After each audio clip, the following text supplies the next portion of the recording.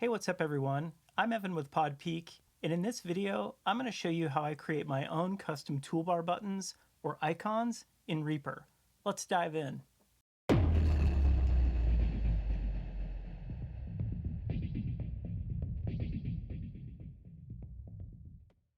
Welcome to PodPeak, where I talk about recording, editing, and sound design for music production, podcasts, and film. If you haven't already, please like this video, subscribe to the channel, and make sure and ding that bell so you can get updated every time I put out a new video. So a few years ago, I really started to get under the hood of Reaper to get the program working the way I want it to work. I started creating my own custom shortcuts and then graduated to making my own custom macros or custom actions. But as I started to dive in even deeper, I realized you could really change the way Reaper looks. And one of the funnest ways to go about doing that is to create your own custom toolbar buttons or icons. And that's what I want to talk to you about today. Just a quick note before I go over my process of creating toolbar buttons. John Tidy over at the Reaper blog has a great video showing how he makes custom toolbar icons.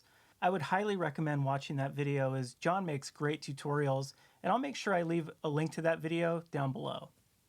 So starting out, here's the default layout when you initially download and install Reaper. It's pretty simple with the default toolbar in the upper left. Now let's take a look at my current Reaper setup. You can see I've added multiple custom toolbars, and in addition to utilizing some of the toolbar buttons or icons that install with Reaper, I've created and applied the majority of my own buttons from scratch. Let me show you my process. So I use two tools to create my custom toolbar icons. Canva Pro, which is an online graphic design studio, and Pixelmator Pro, which is an image editing app that's specific to Mac computers. Now, I pay for both of these tools because I use them every day in my day-to-day business, but there's plenty of free online tools that you can use to do the same thing that I'm going to show you today, and I'll make sure and leave some links to some of those programs down below. So let's take a look at a session with my own customized Reaper setup. So I've recently started using the navigation tool, which is helpful for scrolling around large podcast sessions really quickly. You can access the Navigator, which I've docked below my Arrange window, by going to View and scrolling down to the Navigator, or by hitting the key command, Option Command V on a Mac or Alt Command V on a PC. But I'd like to have a toolbar button to bring up the Navigator, just in case I forget the shortcut. But before we can assign the custom toolbar button, we need to add the action to the toolbar. To add a new action, right-click and click on Customize Toolbar. This opens up the Customize Menus toolbar window. Here, you'll find a list of all the actions or custom actions currently assigned to this toolbar. And you can see they match up exactly with the buttons or toolbar icons assigned to them below. So now I'm going to add the action for the Navigator window. I'm going to right-click, then choose Insert Action. This brings up the action window. Once opened, I'm going to go to the filter and type in Navigator. I'm going to choose the Navigator action, then click Select and Close. So as you can now see, the Navigator action is now part of the toolbar. If I click it once, it brings up the Navigator. If I click it again, it closes the Navigator. So normally, if I want to add a toolbar button, I select the action and then choose Change Icon. This brings up the icon window where you can select which button you want to use. So I'm going to go to the filter and type Navigator. As you can see, two buttons have popped up. The first one is a button that comes with Reaper, and the second button is a button that I custom designed just for this action. I'll choose it, hit save, and now you can see the button has been assigned to the action and added to my toolbar. You'll notice if I hover over the button, it turns red. If I click it, it turns green and it brings up the Navigator. If I click it again, it closes the Navigator and the button goes back to blue. But how did I create this button, as well as all of these other custom buttons in my Reaper session? Let's find out. So here we are in a Canva session. I want my buttons to be of fairly high resolution, so I'm going to set the dimensions to 1500 by 1500 pixels. Now I'm going to duplicate this 2 times so I have 3 squares or buttons. The first square will be for when the button is off. The second square is for when the mouse is hovering over the button, and the third square is for when you press the button or the action is turned on. Now I'm going to choose my background colors. I'm going to choose colors with gradients to add body and make sure the buttons look more 3D. Now I've already saved colors that I use in my Reaper sessions, so for me this will be quick. My first background color will be this black gradient.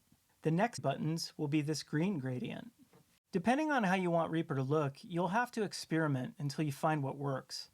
Now I'm going to choose an outline to give the button more definition and make it pop out more in my Reaper session. I'll choose Elements, and in the filter, I'll type Rectangle.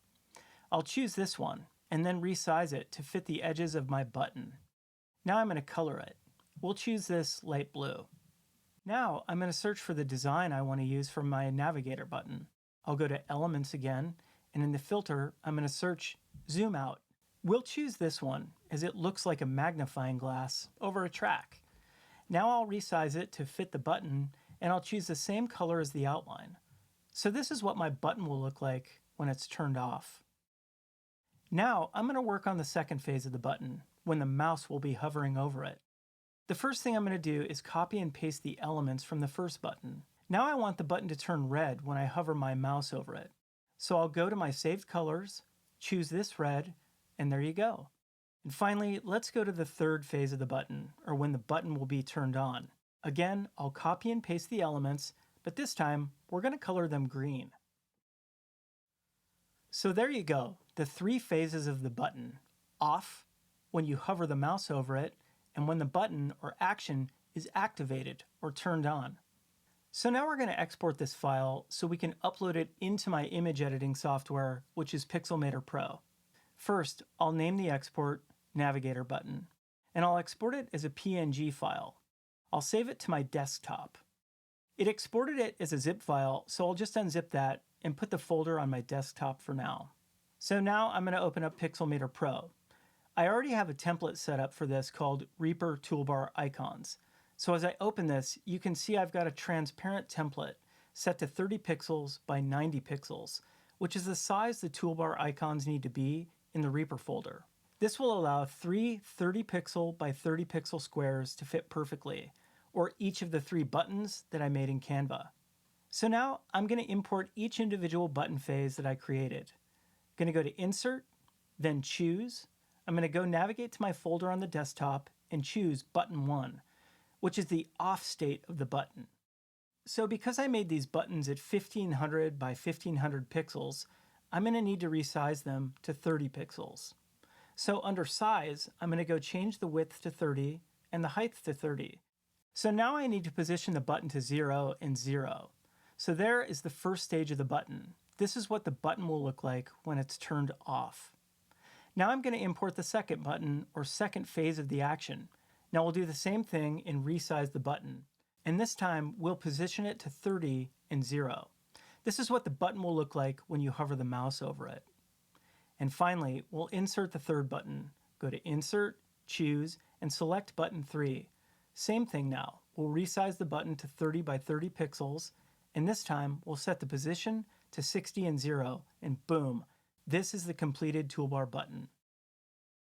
So now we need to export this to the Reaper Toolbar Icon folder, which is accessed by going under Options, Show Reaper Resource Paths in Explorer Finder, and then click on that. Then under Data, you'll find Toolbar Icons. This is where you want to export your custom toolbar buttons or icons.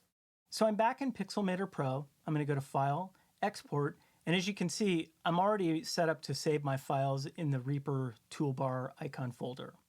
So to distinguish my custom buttons from Reaper buttons, I'm going to start the file name with my name, Evan, followed by descriptors. So I'll type in Evan _ Navigator. I'm going to hit Export, and it should be ready to use in my Reaper session. So now we're back in my Reaper session, and we're going to start over by adding the Navigator action to the toolbar and assigning the custom toolbar button we just designed. So we'll right-click and click on Customize Toolbar. Again, we're going to right-click, Insert Action. In the filter, type in Navigator and select and close. Now we're going to right-click on the action and select Change Icon. In the filter, type in Navigator, and there you'll see our new custom toolbar button. Select it, save, and close. Now we have our own custom toolbar button that we made for our Navigator window. Pretty cool. So if you're like me and you use Reaper full-time as part of your job, or you just make a ton of music, you might want to set up Reaper to work exactly the way you want to work. And creating your own custom toolbar icons is really a great place to start. So I hope you found this video helpful. Please make sure and like the video, subscribe to my channel, make sure and ding that bell, and we will see you next time on the PodPeak channel. Peace out.